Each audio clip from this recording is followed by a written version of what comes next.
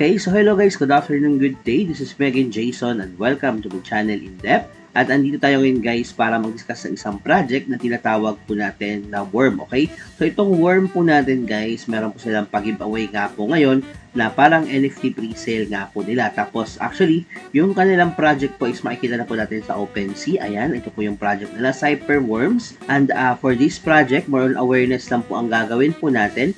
0.01 ETH po ang price po ng mga NFT po nila dito, pero may chance pa po yan tumaas guys. And makikita po yan natin dito sa OpenSea. Ito po yung website po nila. And makikita natin dito ETH, transform irreversible ETH, burns into an economically meaningful asset. Okay? So ETH dice, worms live. So powered by ZK Snarks, private proof of burn mining. Okay? So how it works, zero knowledge proof of ensure unlikability, hard emission cap. So una, mag-burn po ng ETH. ETH is sent to a normal looking address na one can claim you were using worm. So parang mag-burn po kayo dito. Then after po nun, magmiminta po kayo dito guys. Prove you burn your work through ZK Snarks. The protocol gives you bet in exchange. So after nyo mag-burn, magkakaroon po kayo dito ng bet na exchange. Tapos, pwede na po kayo mag-mine po. Consume your bet across worm epochs and earn worm. So, makaka-earn po tayo dito ng worm, guys. Pero, kailangan po natin mag-burn. Mag-mint po tayo ng bet. Tapos, nakasayang magmamine ng worm. Okay? So, ito yung worm versus bet po natin. Scarce asset minted from bet. World first BPOB cryptocurrency. Private brigade to privacy protocol. Magpo-collect na tayo ng bet for mining fees. Tapos, and so on and so forth. Okay? So, ito po yung current po nila na stat. Worm is live Sepolia testnet. Testnet ba lang po siya.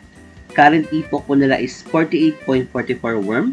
0.13 ETH po is equivalent siya sa 1 worm. Okay? Tapos, ito po yung total worm minted na po doon. Total ETH na burn. Total worm supply. Halving po niya is 4 years. Okay? So, ito po yung ating tokenomics, guys. Ayan. Tapos sa roadmap po nila, makikita natin nagsimula po sila Q3 2025 at ngayong Q1 2026 nga, minting na po sila ng Cyberpunk Worm to grow the ecosystem. Okay, so ito po yung team behind sa project guys. Ayan, so pwede po yan natin silipin dito sa kanilang website. Available naman, meron po silang LinkedIn or Twitter page po dito. Ayan, pwede nyo po yan i-check isa-isa. And ayun lang naman guys ang andito sa kanilang website. So basically, ito pong ating worm po is meron nga po silang mga NFT nga po dito na parang binibenta nga po at mamimigay po sana tayo ng 10 lucky winners. Sa ating 10 lucky winners nga po dito, magsisend lang po yung wallet po natin. And yun, makikita po natin lahat ng update po nila dito sa kanilang Twitter. Okay?